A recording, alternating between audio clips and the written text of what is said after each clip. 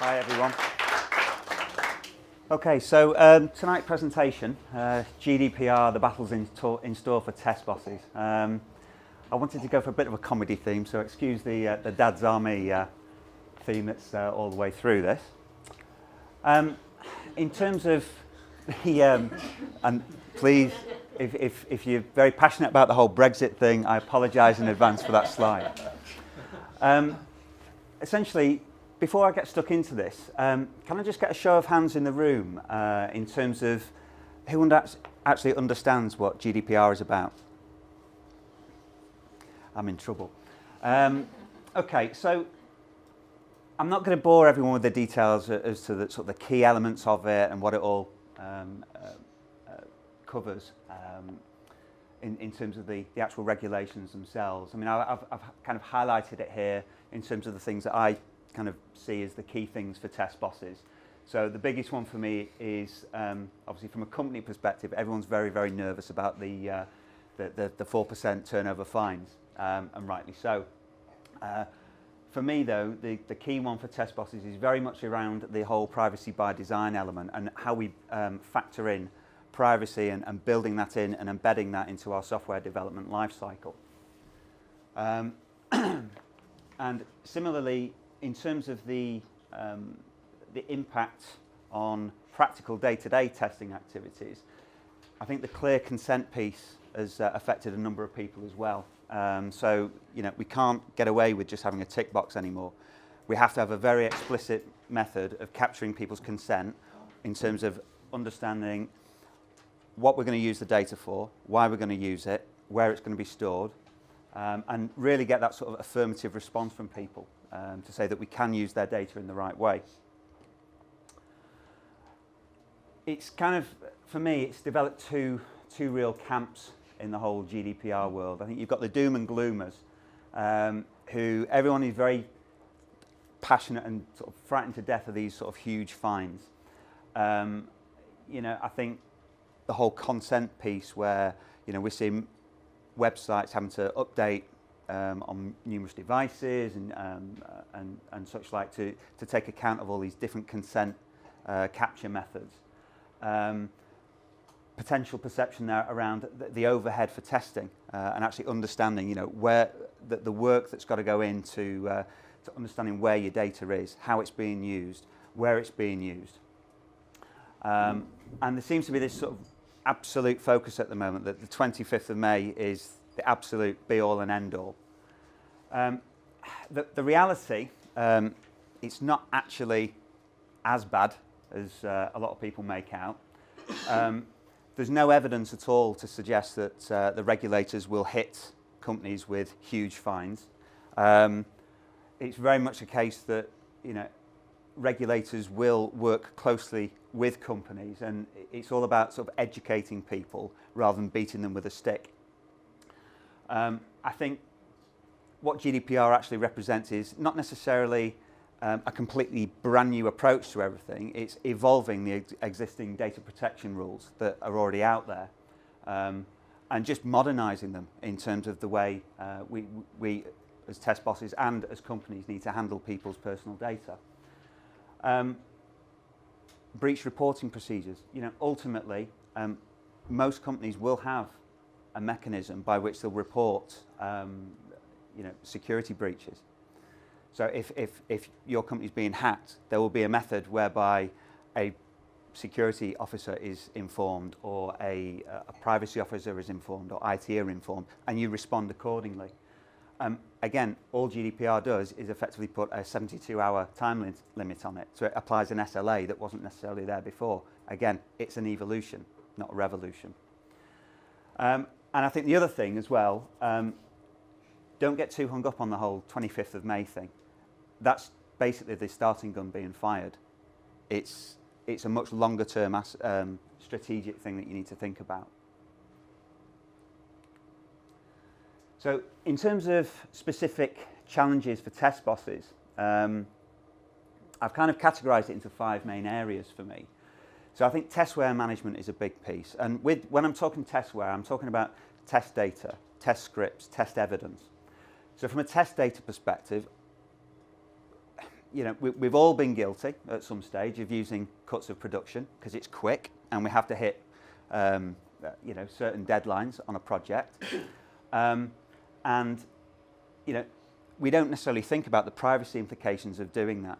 So if you're taking cut of live production data and it's got people's names, addresses in there, and you're not scrambling that data, then yes, you're potentially introducing risk from a GDPR perspective, especially if you don't know what that data is being used for, or you only have consent to use somebody's data for marketing purposes, for example, as opposed to testing purposes.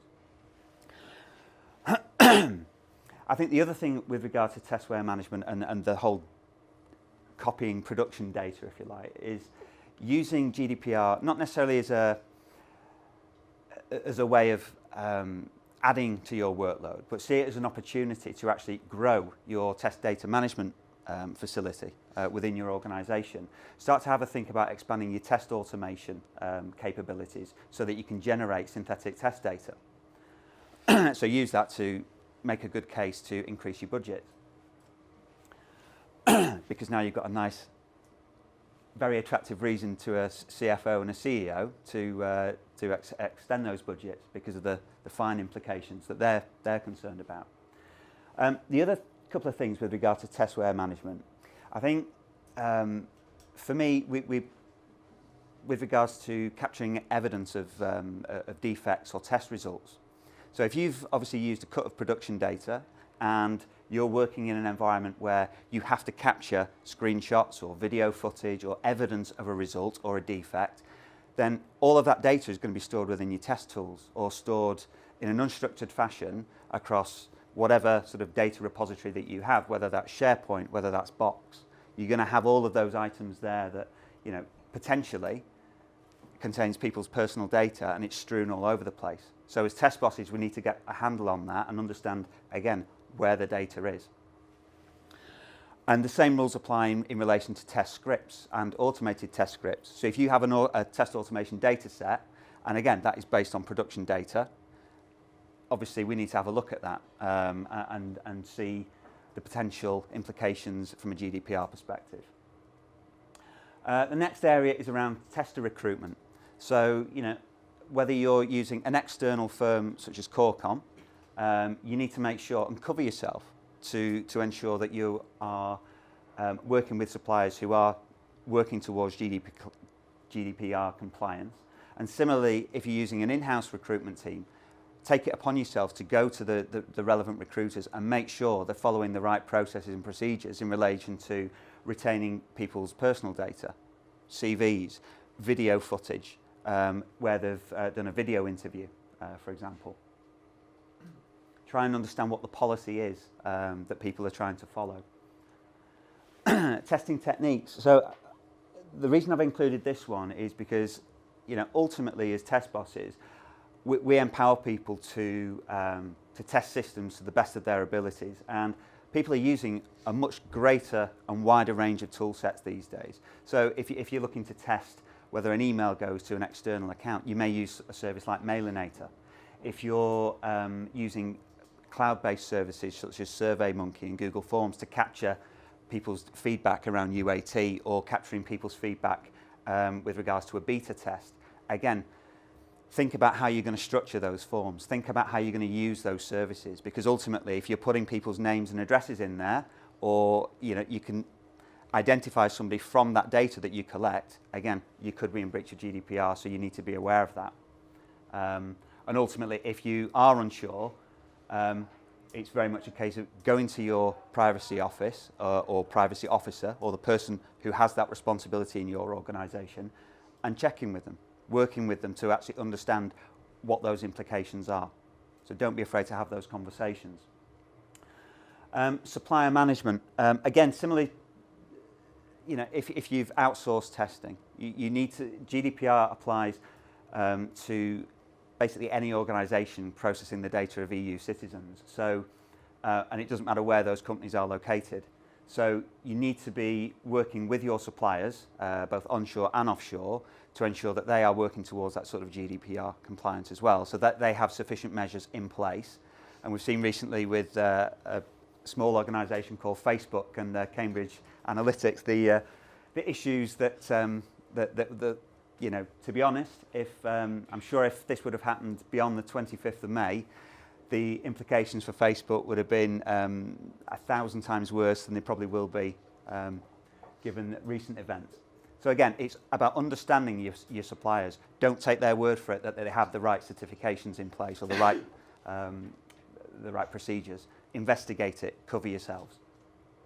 And then last but not least, the whole industry context. So what I'm getting at there is all around, you know, we all work in different industries. Each of those industries are regulated in different ways.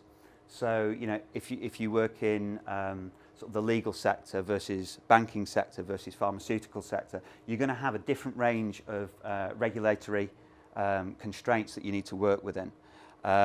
Some of those regulations may trump GDPR. So if you have to retain data for a certain period of time, then that is acceptable. You know, legally you have to provide it. If you have to provide test evidence to another regulator and it has production data in there, then that's just the nature of the beast. So again, you can have that conversation with your DPO to again make them aware of that.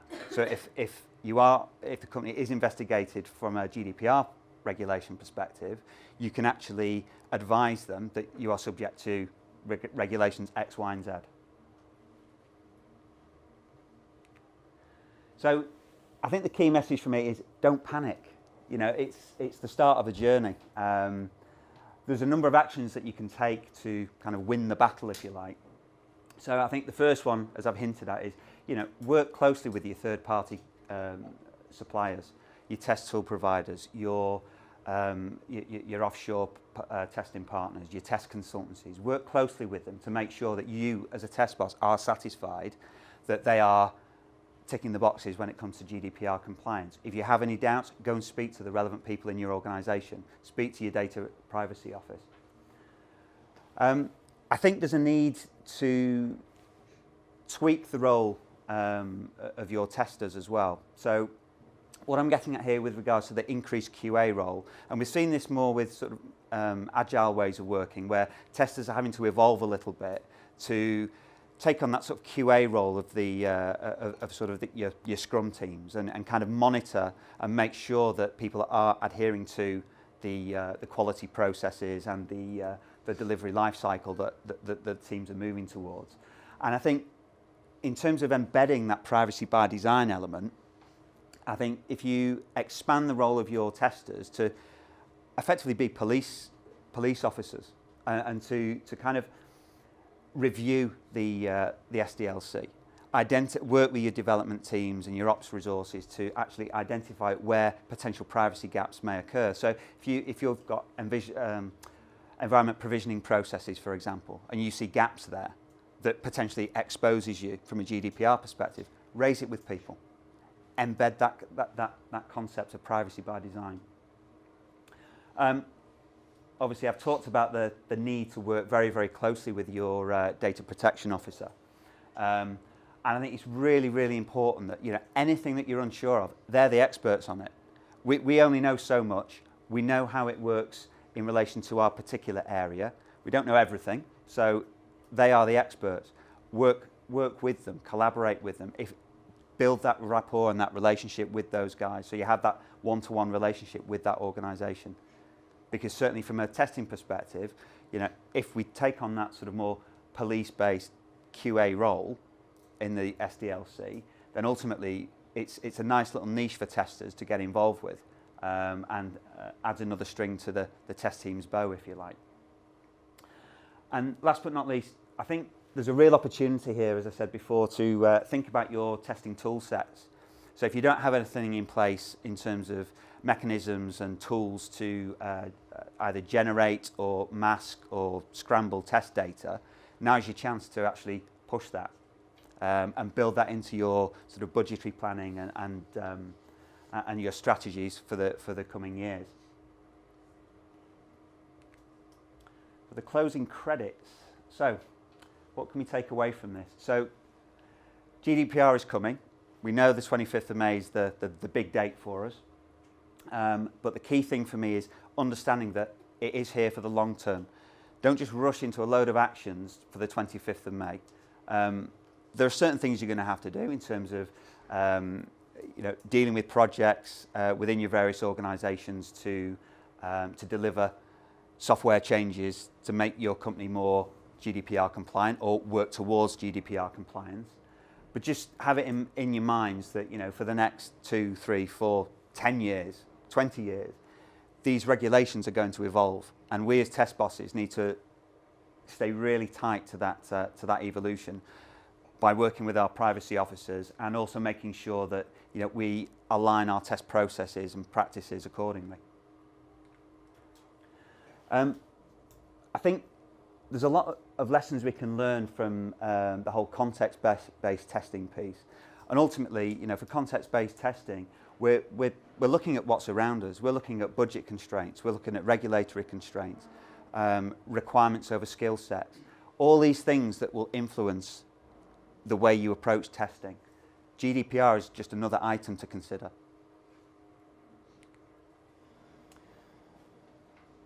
Lots of opportunities there in terms of reviewing your contracts. If you're not happy with a particular provider, use it as an opportunity to beat them around the head a little bit. Use the opportunity there to build your tools portfolio. Use your opportunities there to develop your teams to take on more of that QA style responsibility. As I've hinted at there, so start to encourage people and empower people to police their SDLC. 9 times out of 10, if you're going through a waterfall life cycle, ultimately, testers are a customer of everyone else's delivery, but you can actually take responsibility and get your people to take responsibility for policing that SDLC and actually start to analyse the requirements, start to analyse how you're going to provision environments, build data sets, work with users, where you're going to get your data from, and start to think about some of these questions when you're building your test approaches.